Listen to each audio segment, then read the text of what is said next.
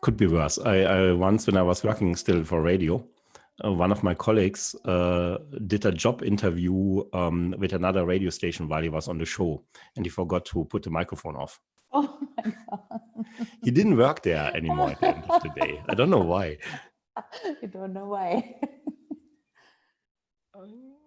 So, so let me just update here the link so that people can find us.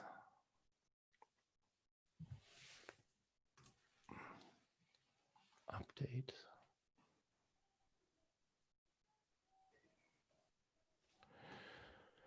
So, we start in a moment. Yep. Let me just check if I actually send out a newsletter.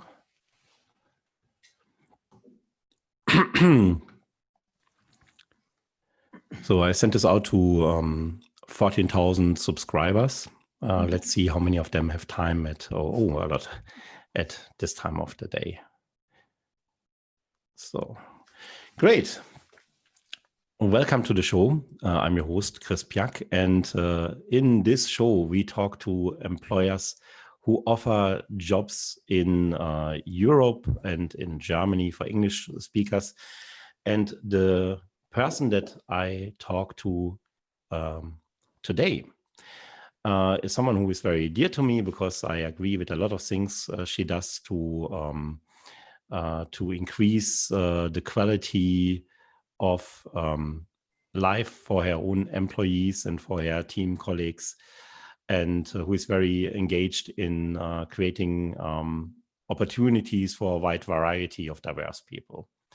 I first met her when she was still recruiting for Zalando, a big fashion online retailer. And now she's in a new position to help even more people at OLX. Welcome, Manjuri Sina. Hello. Thank you. Thanks, Chris. Happy to be back here again with you. Yeah, it was a great pleasure talking to you the first time and a lot of fun as well. And I'm sure today it will be no different. If you just joined us live, I will make a very quick, short interview with Manjuri about OLX Group, about the different kind of jobs they offer at the moment, about how you can apply best and how you can impress Manjuri as one of the decision makers to make the best possible impression right from the start.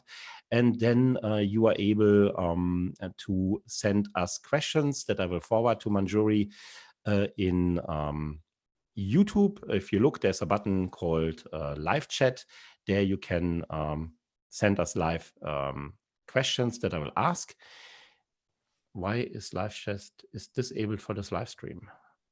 Okay, in this case, you can send me the questions by writing them into the comment section of the podcast, of the YouTube live video. I'm very sorry about that. I don't know why that happened. I didn't set it like this. One moment. Maybe I can change it.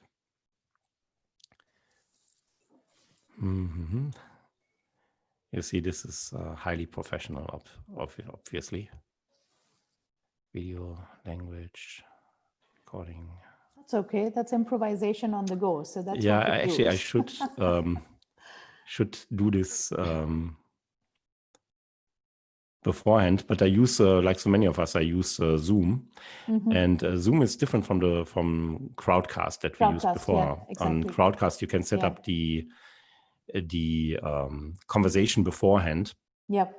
And in Zoom, you can't, which leads to a situation like this right now. So weird, because I see allow comments is there, but why there's no possibility for live comments. Really weird. Well, in that case, no harm. Simply put put your question into the comment section, and I will update it regularly so we can start there. But to get us started, Manjuri, maybe can you tell us a little bit about what is OLX Group? Because it's not just one thing. Yes, rightly put it, Chris. Also for the audience today, it's been 7 months in OLX for me. So pardon me if I, if I mention something and if I tell you that I need to check on this and come back to you about. As Chris mentioned, I was working with Zalando before this, and now I'm heading the tech talent acquisition team for OLX Group globally. What is OLX Group? Basically, so OLX is a team of 6,000 plus people. We cater to 30 markets across the world, and we build market leading platforms that empower over trading platforms. So they're basically, classified as trading platforms. And this helps around 350 million people on a monthly basis. So that's the average activity that we have on our various platforms. And if we have audience today from any of the emerging markets, you would have definitely heard about OLX as a product. It's the go-to place where you basically, if you want to sell something, if you want to buy something, especially if you have a used product, and you kind of host it on OLX, and then the seller looks at it and purchases it, and then the deal is made. So that's the product, and overall we are a part of the Naspers Prosus group. So what is Prosus? What is Naspers? So basically, this is one of the world's biggest technology investors, and that's how we're a part of this big group as well. And Naspers and Prosus basically into classifieds, which is primarily OLX, also into food. So the investment is into food business like iFood in the Latin America market, as well as Swiggy, etc. in India, and of course with 10 cents into the gaming market. So that's the overall big group. Yeah. So and we have hubs. If I may speak about us as in tech hubs, because that's what I'm talking about, the tech perspective. We have hubs in Poland, Poznan, of course, Berlin, Germany. That's why I'm speaking to Chris here. Lisbon, and India. Gurgaon is the base. We also have some technology folks sitting for OLX people, which they are based out of Bangalore in India. And you do you are in charge of the worldwide recruiting. Exactly, for technology, yes, absolutely. One thing that I'm sure our viewers and listeners are interested in. Is it possible to move within OLX from one position to another, from one of the daughter companies to another, from one country to another? It is, I mean, if a short answer, Chris, yes, it's possible. So we do have an internal mobility program across different group companies. Of course, we don't rather, encourage poaching. It is more of internal mobility that if you have a position that you see, you can apply. There is a careers portal within the organization. You can apply and then go through the hiring process and move. Of course, you have some preconditions that you should have spent particular amount of time in the organization, which could differ from company to company in the group. And if you've been, you have to also spend a particular time if you're in a particular continent and then you're moving to the other continent. However, there are loads of people, even in my Berlin office. Of course, all of us are in a very different environment at the moment. So when I say in my office, I'm presently sitting in my living room. But in our office, and that's on Alexanderplatz, we also have folks who've moved all the way from Colombia, all the way from Brazil, etc. So, and they are all also based on internal mobility as such. So, of course, you can. Maybe we come later back to topics like home office and what kind of how you help people to settle in your organization once they join.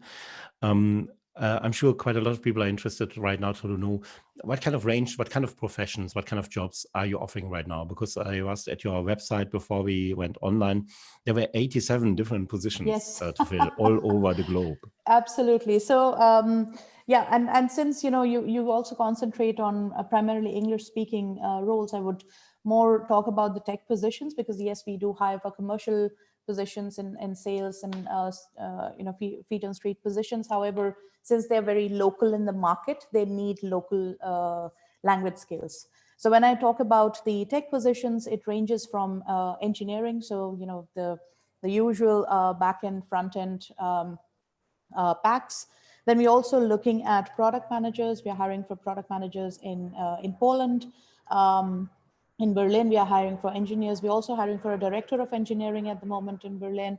Lisbon, again, engineering positions as well as product position. And India, the full gamut, similar to this. We do hire for data at the moment, although our data teams are fully staffed, and because of the COVID period, we've also pushed some of our hiring a little bit ahead, because as you know, it's not it's not good to go full steam hiring at the moment. You have to onboard people, etc. as well. So that's why you didn't hear data from me. But yes, in the long run, we also have data positions. Just to put this into context, I analyzed the complete German job market, and usually there's about 200,000 new jobs every single week that come online. In the moment when coronavirus started to hit Germany, this number went down to 120,000, then to 110,000. Ooh, yeah. And just the last 3 weeks, we see that it's slowly recovering. And recovering, yes. Yeah, maybe 15% below what is normal at this time of year. So the recovery really started. Companies start to hire again. OLX is also doing it now. Yes. Personally, this gives me hope.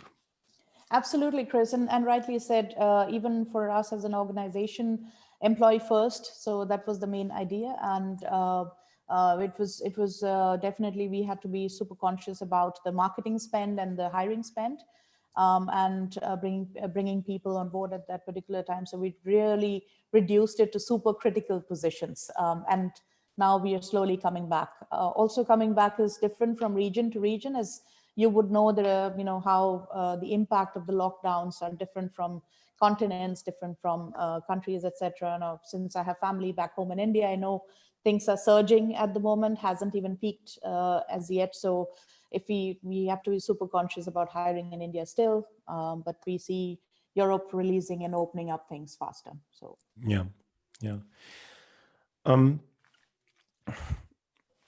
Excuse me. No problem. We talked now about several positions. We talked a little bit about hiring. Personally, I'm interested to know, of course, how does this hiring process work? I mean, of course, I start by going to your website. I look at the different positions that you have in sales and engineering, product management, data analysis, what else did I saw? Finance, HR, and so on, and so on, and so on. And what then? How can I, as a candidate, make the best impression on you as one of the decision makers? Yep. And how should I structure my application to make it easier for you to evaluate me? Okay. So let me talk about two. So you asked two questions, right? As a candidate, and then also as a application, how to structure it. Okay. So let me come to the candidate bit, and this, I think, gives you a better idea and gives the audience also a better idea on how the process basically looks like. So yes, you can come to our website for sure. You can also look at positions on LinkedIn. We use LinkedIn heavily, so you'll see most of our positions also listed on LinkedIn. The moment you apply, we have the first step. Definitely, you'll have one of our recruiters screen your CV, and that's where you can make things a little bit easier for the recruiter. And I'll come to how you can do that with your application. After this, you would have pre-screening. If you're selected, you would have a pre-screening with the talent acquisition partner or the recruiter. And this would follow up by a hiring manager pre-screening, and then depends on where and which position you've applied to. For example, if you're applying to an engineering position, we have a very well thought out process for that. You'll meet one of the hiring managers. We have a panel interview, basically a committee process that decides. So you'll meet one of the hiring managers. You will have a technical round for sure. We prefer to do a code live interview over Codility rather than having a test sent to you and then you just sitting in your at your home and doing the test. How do you conduct the live interview usually? So we do that via Zoom, but the interface that we use, Chris, is Codility for the technical aspect. So that's the video part and the live coding challenge that is covered.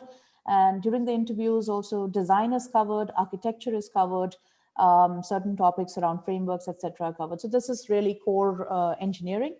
And finally, the decision process is it's a committee. So the hiring committee takes the final decision, and then the recruiter gets in touch with you and makes the offer. Let me just make a quick break here to remind our viewers, if you would like to ask a question to Manjori about jobs at OLX in general or a specific position at OLX that you are interested in, please post it in the comment section here of the YouTube channel. If you listen to this as a podcast, then you cannot do this because the conversation is already over. That's one of the disadvantages. Sorry, I make this joke every single time. I can't just help myself. So, but if you watch this live on YouTube, then use the chance. You have a decision maker at OLX right here, right now. Find out which job you are interested in at OLX and ask a question and make a very good first impression and learn something that can help you to write a better application to get you better chances to be selected. So the process, if I understood this correctly, I sent my application through the online channels. Yes. I sent you the documents and information you want to have. There's a recruiter who will review my case. Absolutely. If I pass that first screen test, the recruiter will probably call me via Skype or Zoom or some other form. Oh, Chris, we have automated scheduling tool as well. So we have coordinators in the team, excellent ones, but we also make it a better candidate experience. We use GoodTime. So basically you get an automated request, and as a candidate, you are in a better position to select and deselect the interview slot. So rather than getting a call, it's more automated. So you will receive this automated request, and then you can select which slot do you want, and based on that, we mirror an interviewer with the. But then there will be a personal conversation with. Of course, yeah. That's not a robot. That will be a human being for sure. Yes. Good. And if that works out well, then after that, there would be an interview with the hiring manager. Correct. And then there will be a committee that decides finally. Yes. Yeah. Okay. So that's 1, 2, 3, 4 steps, if I counted correctly.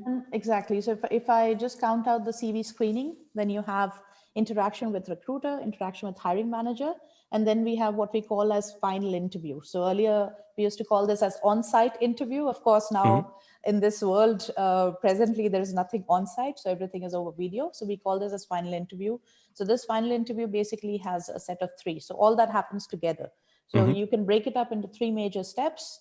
And the 4th step is the decision made and the person receiving the final decision, and then talking about other aspects, etc. How long does it usually take between the final interview and the feedback?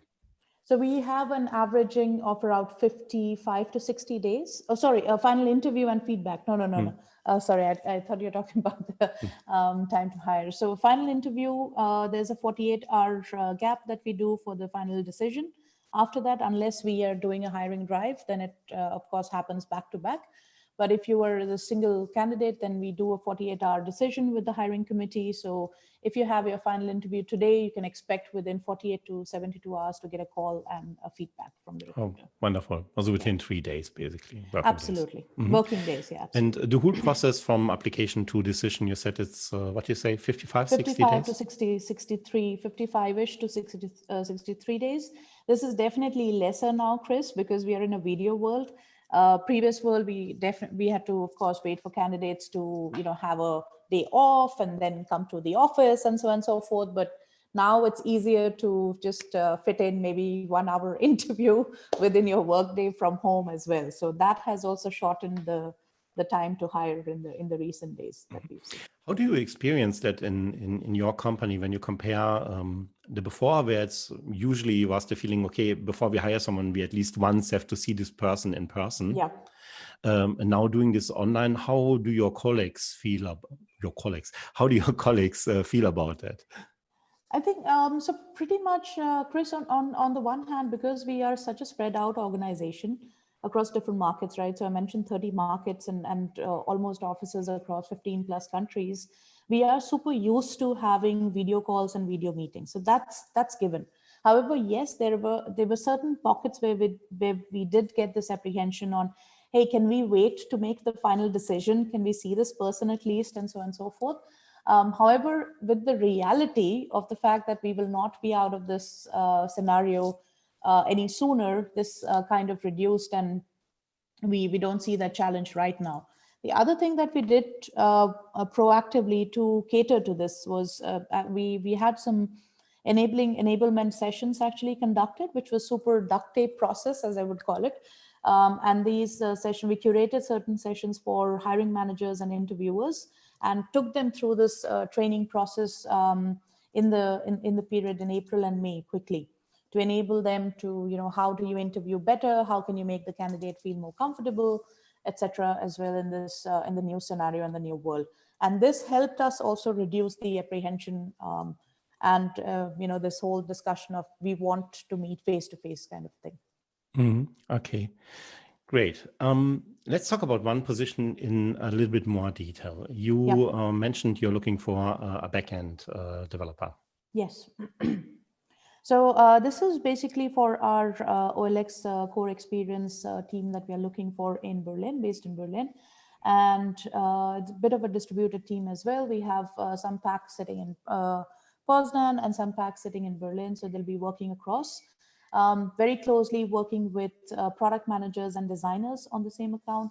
What would we be looking for? So we are basically in this position looking for, this is a mid-level role. So we are looking for at least minimum four years of experience. And when it comes to tech stack, we are looking for Java or Kotlin or Golang. So pretty much agnostic between the three. So if anybody is of this background, then that would be our go-to preference for this particular position that we are looking for. This is a Berlin-based role. We also focus on, since we have so many hubs in different markets, we do focus on local hiring. But again, just to reiterate, our language of working is English. As you can understand, in so many different countries.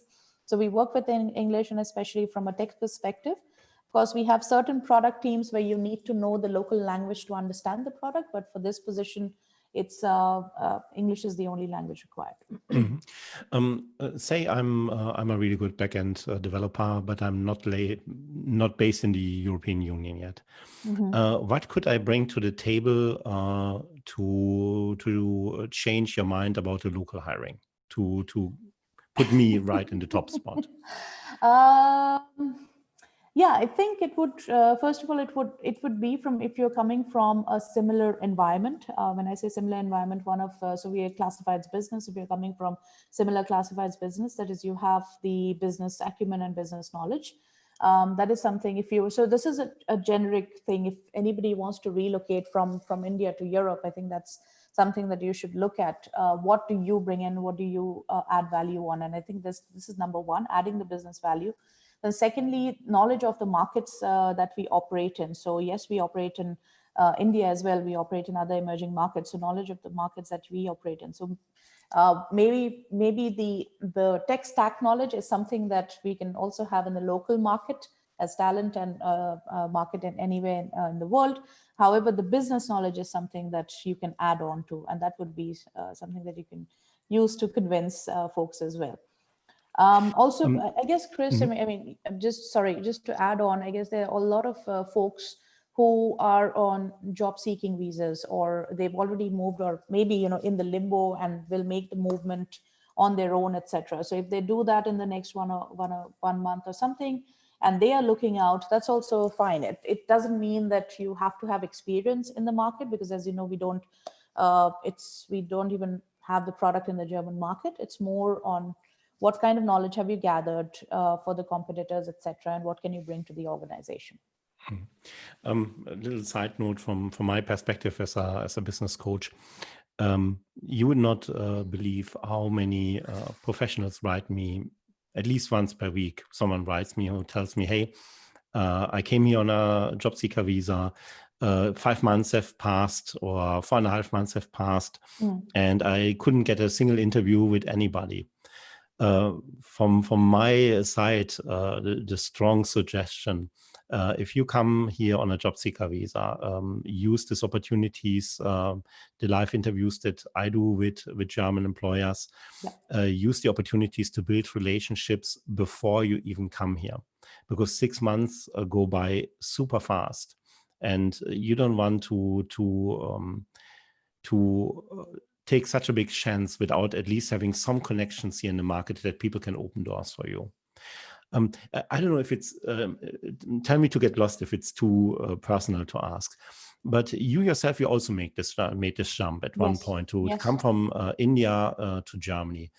When you think back at this time, what helped you the most to get started here, to find your first job here?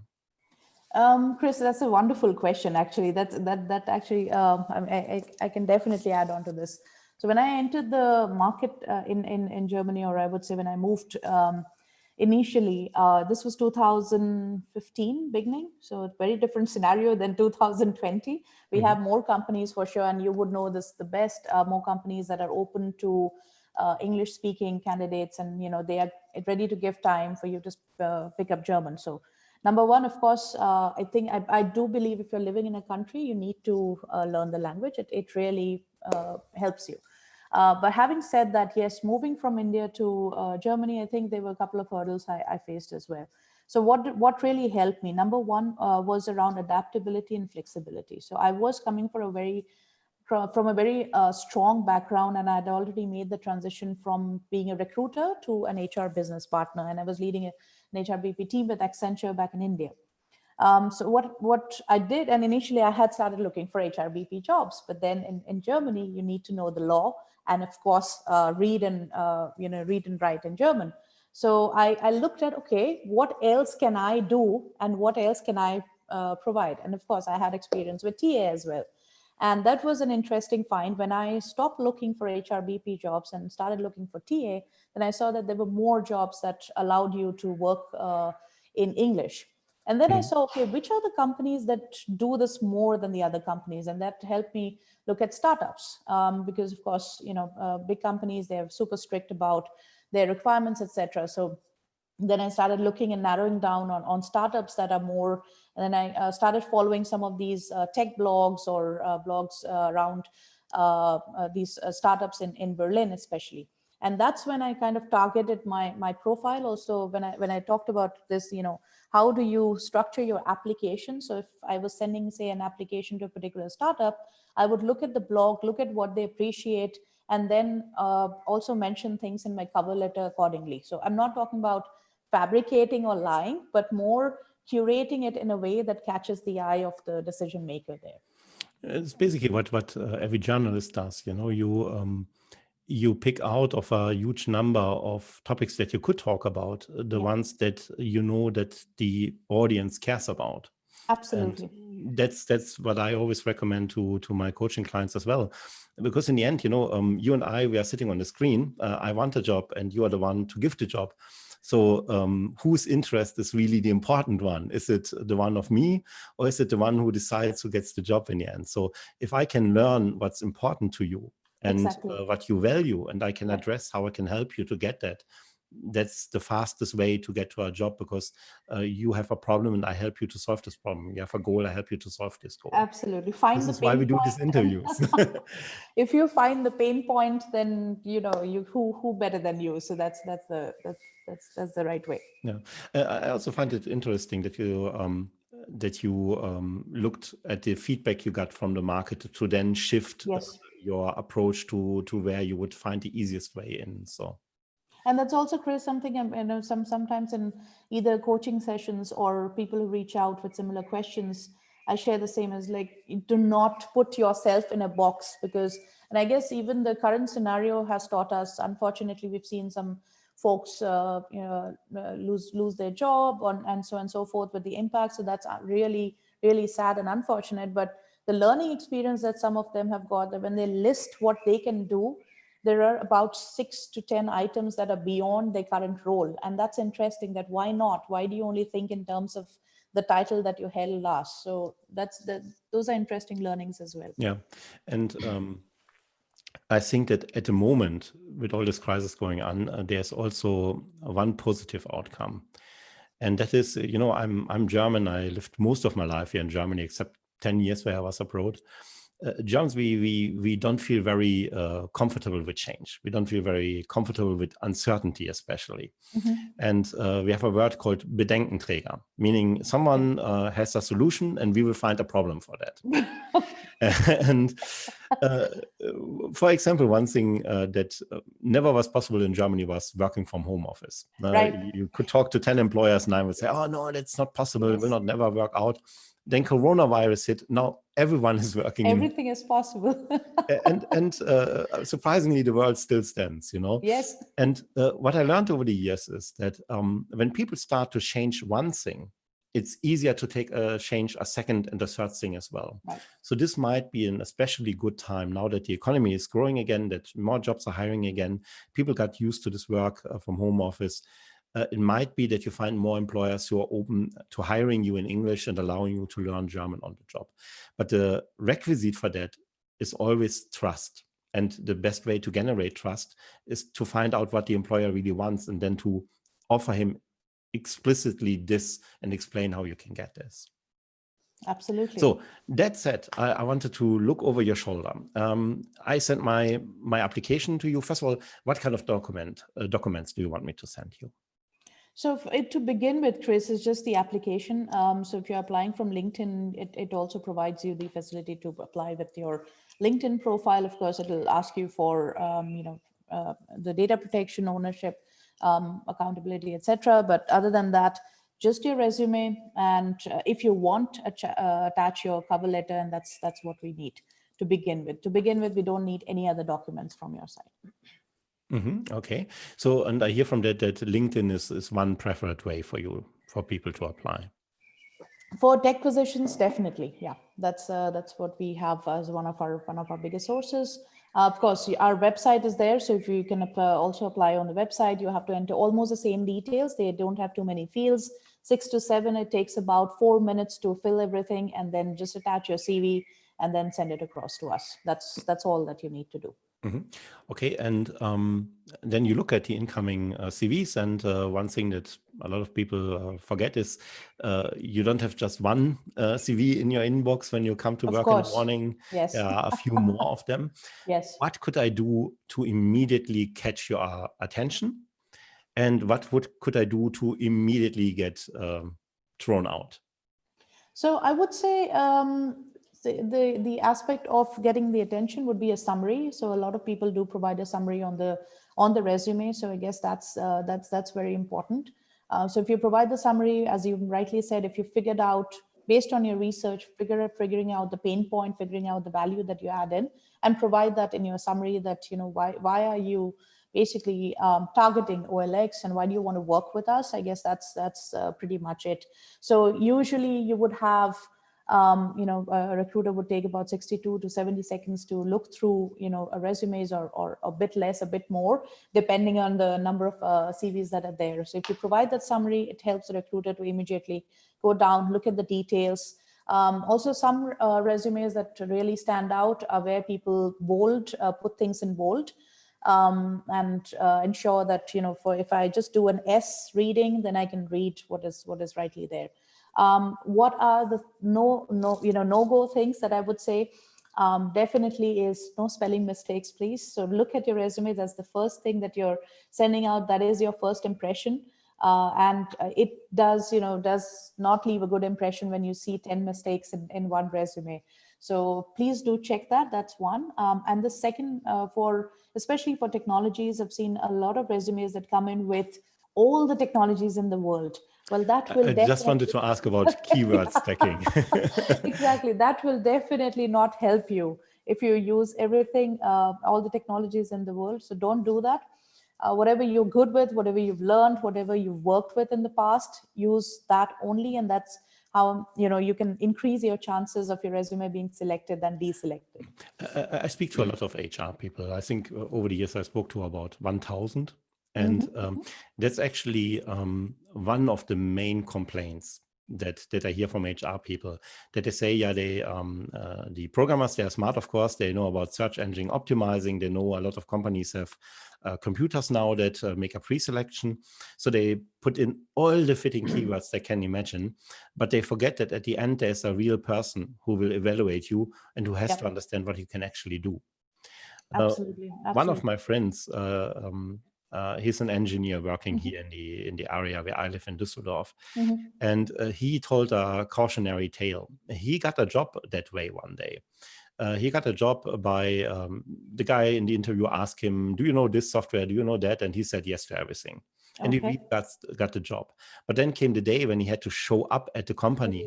And after a day, they realized that he knows nothing. So he spent a week copying papers and making coffee for the colleagues, and then he quit because he was so embarrassed. No? So you don't do yourself a favor by stacking keywords. Try to understand what the employer really wants and talk about where you did something like that, or explain what alternative experiences you have that are relevant to this task. Absolutely. And definitely, Chris, the last point that I would love to mention is not having too long a CV, because I've also seen that, yes, when you have a lot of experience, for example, if I put my resume, I would love to say and talk about everything that I've done, but that doesn't mean that I'm going to put all my 15 years of experience and on 15 pages. No. So that's, again, a big no-no. So put the priority on your recent experience. And what have you, a couple of other things that I've seen on resumes is people provide 6 lines on what the company is all about and not what they have contributed in the company. So again, that's another idea.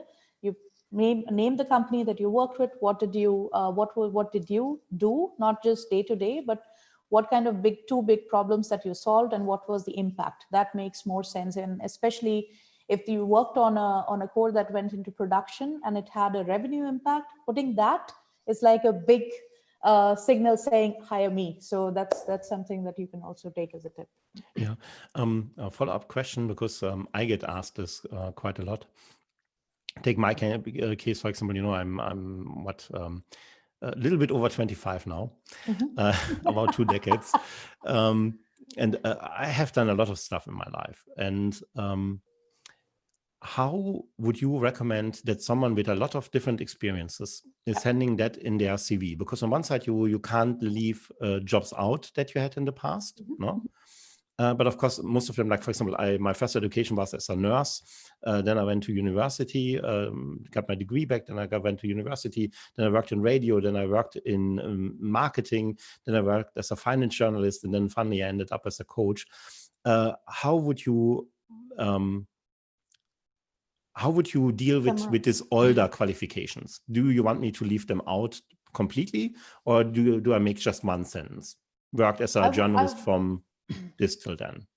I would actually recommend, and especially there could be two ways, Chris. For example, you've worked in different professions, and then you have a recent experience that is more valid for your for the position that you're applying now, right? So that is one example. In that case, recommendation would be that you put the recent experience and everything else maybe as a summary there. And from that you can say, and this helped me to learn what. So I'm sure they're learnings, right? So from each experience, you can summarize that. For example, I worked as a nurse and I learned that they are not paid very well. Yeah, that's not a bad learning as well. So you can add that.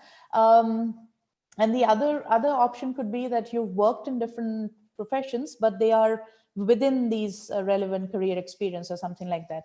They definitely do mention one line, because it shouldn't appear as a career gap. Although personally, I'm a believer that even career gaps doesn't hamper a person. Anybody should be able to take a year's travel out, etc. But yeah, so that question doesn't come on career gaps. Just mention one line and then summary at the end. But of course, if you're not applying to the relevant position, then don't need to really give long stories about that experience. Thank you so much, Manjuri. One question that I always ask at the end is which question? Oh, right. We haven't talked about. Now we know what we could do to make a good impression. What does OLX offer as an employer? Yeah, so OLX offers, first of all, I think in the recent days, Chris, what we've seen as employer branding has gone much beyond just the branding on the page and all the benefits that a company provides. So I think one of my personal experiences, and I can say this because I'm also a new joinee as such in the world. I started with OLX in December last year. So one is the safety aspect, which I've recently also myself noticed, is around the fact that during such a crisis period, OLX considered employee first and everything employee first, not just about jobs, but also about the fact that mental health and everybody's mental health has been taken care of. There are webinars. We also have a third party supporting us, etc. So that's there. Of course, the other aspects, there are definite benefits. Learning and development is at the core of everything. The first day that you start, you get an account with what we call as My Academy. We also have Udemy courses, so you will have your own learning path with your leader, so you can get certified on different aspects. So that's definitely one focus that I've seen. Not just the internal but external. For example, for the talent acquisition team to be well equipped, we also have social talent on board that helps us to really train ourselves. As an employee, of course, you also get the focus of working with an international environment. That is, you have, in most calls, you would have more than people, more than 5-6 nationalities on all calls, not just in your own center, but across the world. So that's our scale and scope. And being a company like being a part of a company like Naspers and Prosus, again, having that kind of a conglomerate backing. And the other thing that I mentioned in the beginning, the possibility of growing into different positions and moving into different careers also around the group and within the group and within the hubs as well. So I've seen that people transitioning between engineering and product and design, etc., within the group, or even other group companies or other locations as such. So it gives you mobility. That would have been my next question. What kind of career paths can you offer? How can you grow as a specialist in your field, and how can you grow when you want to transition, for example, from being a software developer to being in management at one point? Yes, so we have the career paths, Chris, would span across either you kind of grow the vertical way, that is become a senior engineer, and then move into an engineering manager role, and then go on to a head of engineering and director of engineering. So that's your vertical path to take on a team. And of course, you also have other options. That is, you move into parallel and lateral movements of moving to product, moving to product design, etc. And we've also had situations where people have moved from engineering positions to data science positions, etc. So you do have a learning path that you would sit with. If this is your aspiration, talk to your leader, and then with the support from, as I said, the L&D teams, this path is kind of the journey works out, and you can make that move. People have also made the move to business. So in our environment, the business teams and the tech teams work very closely. So they've also been people who vice versa made the move from tech to commercial, and vice versa as well. So there's no big red sign saying, no, you can't move. Of course, that can happen. Yeah. Great. Last question. What is one question that I did not ask you that you wished I would have?